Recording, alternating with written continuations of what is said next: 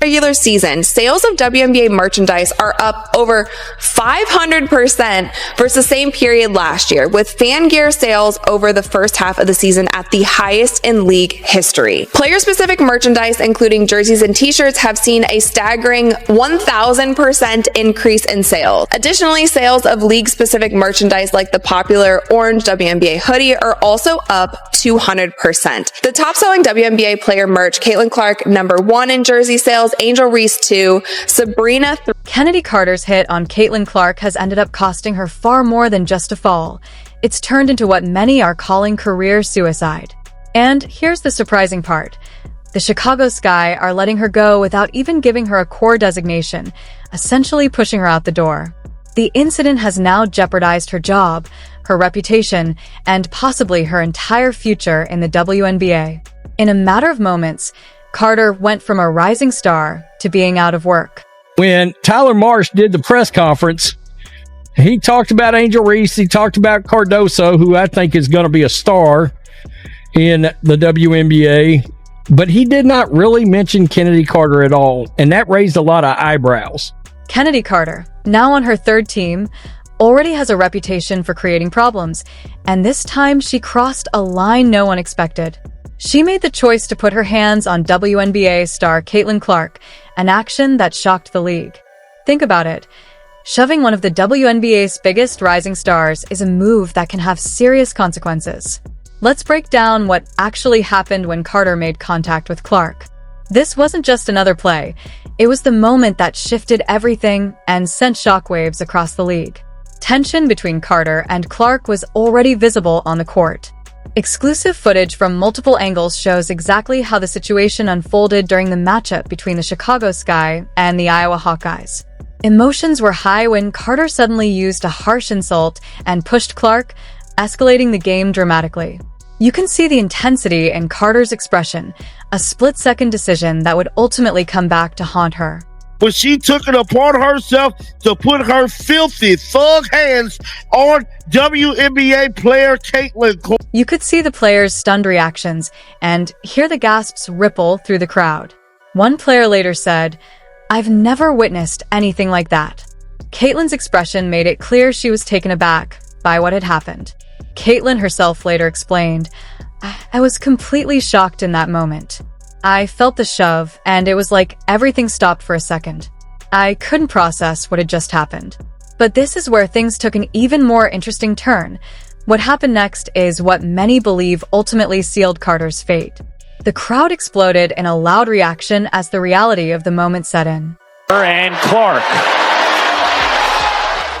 Because the WNBA also evaluates players on their conduct off the court, many are now questioning whether Carter may have seriously jeopardized her career. At this point, she's certainly not gaining much favor with fans or league officials. Lead was the push that altered her career, and I'm telling you right now, it is not looking good for Chennedy. Several well-known scouts were in the audience that day, and one of them commented that the issue goes beyond the shove. It's about mindset.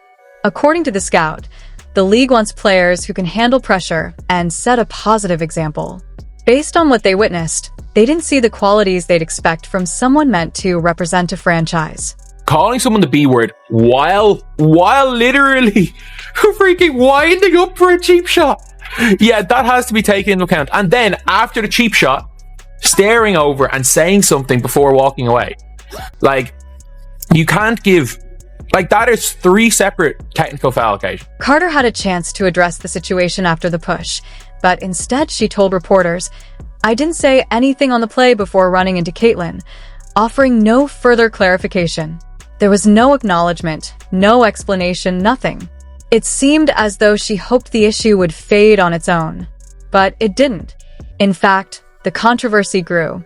Reporters tried to follow up, asking whether Clark had said anything to her and what Carter might have said in return, but she declined to answer questions related to Clark. Looking back, she may regret avoiding those questions, especially now that she is no longer on the roster. Some might assume her status as a talented player would protect her, but that wasn't the case. The Chicago Sky's general manager later released a statement explaining the decision. According to the statement provided to the Chicago Times, Carter had a strong previous season and is an exceptionally skilled player capable of influencing the game at a high level. The team appreciated her contributions, but changes to the coaching staff and roster affected her overall fit with the organization. As a result, they chose to allow her to enter free agency, so she could pursue the best opportunity elsewhere. Notice the emphasis. This wasn't only about her on-court performance, it was also about how well she aligned with the team's future direction. And there's another wrinkle. Rumors have circulated about tension between Carter and her teammate Angel Reese, especially after Reese reportedly unfollowed Carter on social media. While that may seem minor, in today's sports culture it's often seen as a public signal that something may be happening behind the scenes, fueling speculation about possible locker room friction. Right. You're jealous. That was a Bush League play, and it needs to be addressed. That was a flagrant foul. That was unnecessary. Flagrant, anything deemed to be unnecessary. I need somebody to explain to me why was that. Some have suggested that Carter might have contributed to the team's internal issues, which raises interesting questions. Many people assumed the Chicago Sky would bring her back, but the situation turned out differently. And it's not just about Angel Reese. According to reports from within the organization, team insiders have hinted at tension in the locker room. Some teammates were reportedly hesitant about having Carter return. It's quite a shift, going from a key contributor to someone whose future with the team is uncertain. One insider noted that the Sky's decision not to offer Carter a new contract suggests that someone with influence in the locker room may have preferred a different direction. As they put it, teams don't usually let one of their strongest defensive players leave without compensation unless there are deeper chemistry or cultural concerns. This brings us to the decision not to extend Carter a qualifying offer, something rarely seen with a top scorer in the WNBA. The move has raised eyebrows across the league and sparked ongoing discussion about what truly happened behind the scenes. As y'all heard there, man, Chennedy Carter let it be known she was not answering any Caitlin Clark questions. And I'm telling you right now, she probably wish she should have, because she's without a... It almost seems as if the message is, we'd rather have no one than have you. That's a tough position for any player, especially someone as talented as Carter. She's an exceptional scorer, a pure offensive guard who can deliver instant impact on the court.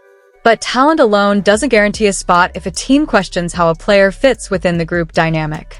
Things get even more complex when considering the bigger picture. Some suggest this situation isn't just about locker room tensions or the on-court incident with Clark.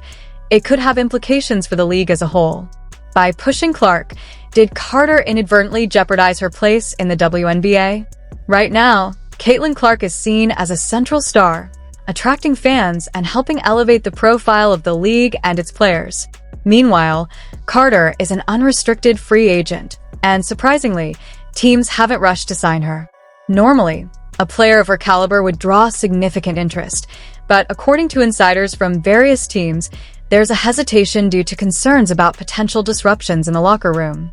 Chennedy Carter had an incredible season for us last year, but in a statement provided by the Chicago Times, she's extremely talented and is a player that can impact the game at the highest level. In our league, we absolutely appreciate what she did for our team last year. However, we've made changes to our staff and will make changes to our rosters.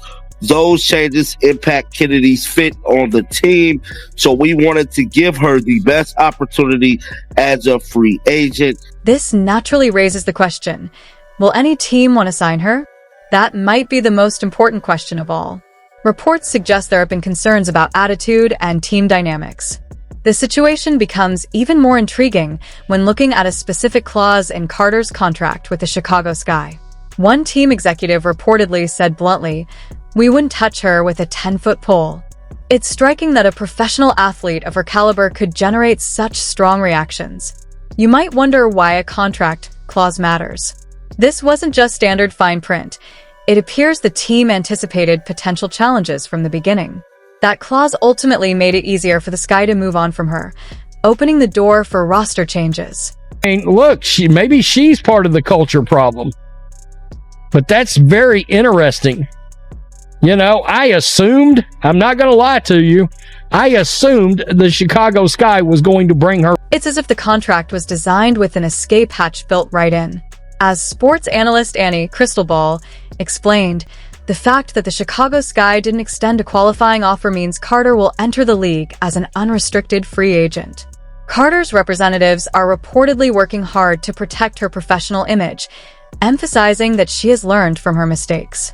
Despite their efforts, teams appear hesitant to take a chance, and her calls and presentations to prospective teams haven't gained traction. Many insiders describe her as a high-risk signing, someone teams are wary of adding to their rosters. Some even label her a potential locker room disruption, a serious warning in professional sports. In this context, being tagged this way can overshadow a player's talent, signaling to teams that bringing her on board could carry significant challenges. The WNBA is not just focused on money, they're also considering stricter rules around player conduct, partly in response to the push incident. With Caitlin Clark's rising prominence driving fan engagement and revenue, the league is keen to protect the image of its top players while negotiating improved pay and conditions for everyone.